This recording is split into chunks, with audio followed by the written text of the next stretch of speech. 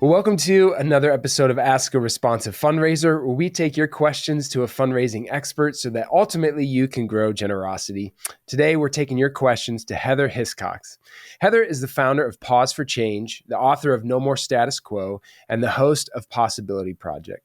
She helps nonprofits, local governments, and philanthropic foundations navigate uncertainty and solve challenges using her Pause framework. With deep expertise in stakeholder-centered problem solving, she equips organizations to root their work in empathy, co-design, and test solutions before they build, and use evidence-informed decision-making to drive meaningful change. Heather, thanks so much for taking the time to answer some questions today. Yeah, it's great to be here. Thank you. Yes. All right. Let's jump right in. The first one is this. Our leadership often jumps to solutions before fully understanding the root cause of a challenge, leading to wasted resources and ineffective programs. So, how can we introduce a more structured approach to diagnosing problems and testing solutions before we commit to major initiatives? Such an important question. And I think, I'll start with saying that we have to first be aware of what's not working for you, right? I think we have to Yeah. start with what are our status quo problem solving strategies right now? What are our typical habits and behaviors? Because if we don't really acknowledge and we don't speak about what they are, we just keep replicating the same status quo style. So typically what that looks like is there's an issue or an opportunity, like something's not quite working or could be possible. And then we just jump straight to solution. We just go, and then our body freaks out and we don't want that discomfort. So we want to jump to solution. We want to have that secretion of dopamine so we can feel relaxed and assured. But what we really are looking for is to co-design solutions with the stakeholders. Instead of just saying, okay, there's a challenge, someone with institutional power is going to make a decision, even if they're working in detachment and silo, we're going to just make this decision, tell everyone how it's going to work in their role to put it into action. And then at the very end, we'll reveal it to our stakeholders. And we're just going to cross our fingers that they engage with whatever it is. If it's a new process in the workplace, a new policy, a new program, we're just going to hope that they do that. And then if they don't, we're going to blame them. We're not going to sit back and do that reflective work to really understand. So I think that's typically what we do. We just respond and react without really talking about engagement and co-design and those different sorts of strategies. So you have to kind of notice where you typically fall and how you typically respond, and then be willing to make the choice of, okay, that is not working for us. Working in silos, working in competition, not testing anything before we build, just blindly copying and pasting best practices, just working in murky situations, but still proceeding ahead without asking those questions. You have to notice what you're normally doing and seeing how that's not quite serving you. You're not quite getting those results. And knowing that you're not alone, because about half the programs that people want me to build never see the light of day. So it's pretty typical, unfortunately, with these status quo behaviors that we get some of these mismatched results. Yeah. Well, that's really helpful to get more of that context, but also help people understand this is really the step you need to take and some of the things to really look at to move forward. Yes. All right. Question number 2 is this.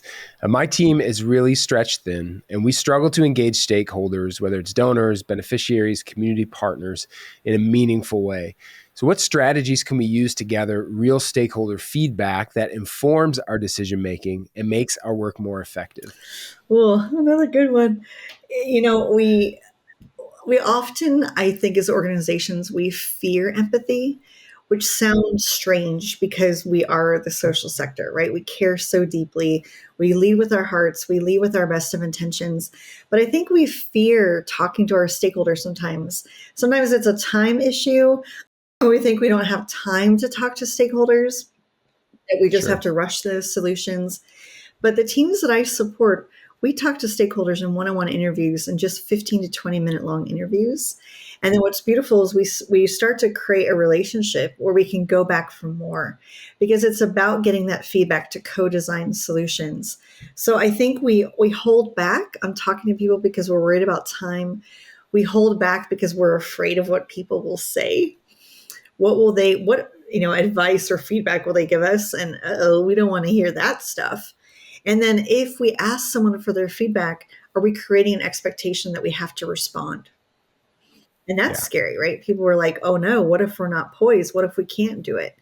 And then the last is, asking for feedback is not just about time crunch and those habits, but it's about disrupting power dynamics, right? If leadership talks to all the staff, including what we would call frontline staff, and gets that feedback, especially in a way that acknowledges those power dynamics, right? So they can feel free to give advice and feedback, um, can be very threatening to some leaders. Those leaders that really like more control and that command and control structure of the hierarchy of how it operates and within an organization, it can be challenging for them to listen and be open to feedback or to share power with community members or even funders or other partners.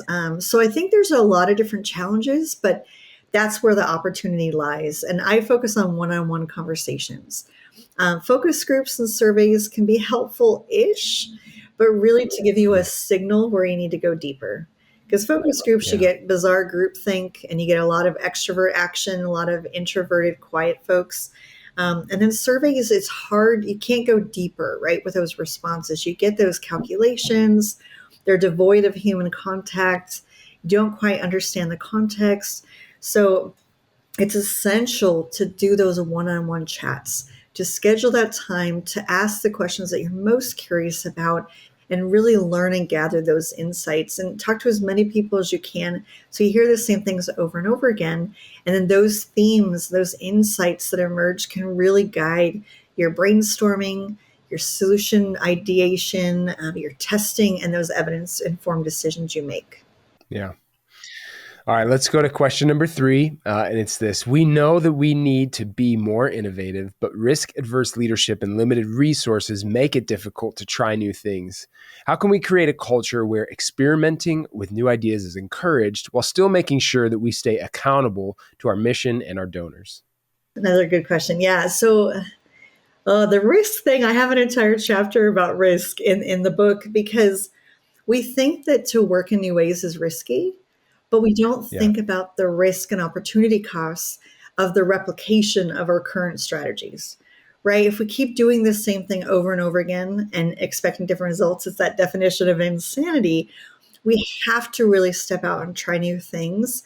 But I also don't want people to do it, all in. They just jump in and they kind of repeat that method of building a solution. They just jump right in with 100% focus. Instead, what we can do is we can reduce the risk and increase our confidence and clarity by trying to break our potential solution, by trying to challenge our Mm. own policy ideas, by trying to challenge our own processes that we want to change in the organization. And we can do that by testing assumptions. We can say what must be true about this solution for the stakeholder that we're really focused on to receive benefit, to really experience value. And you can do short little tests that can just take hours and weeks to collect that data and then start to make those evidence informed decisions. So we think that the risk is in trying something new, but that's really where I have seen my teams be more efficient and more effective getting to answers, getting to results. And then they're able to influence leadership and decision makers to say, I don't want to say you're made a bad choice or your ideas are foolish, but, we talk to 40 different stakeholders. We have a really clear picture of what's happening. And after our solution brainstorming that left us with 40 different ideas, we tested these potential solutions. And these are the riskiest assumptions. And here's what we know to be true. It changes everything. It starts to challenge those power dynamics. It starts to really influence the co-design process, and you just get better results with what you're creating. Yeah.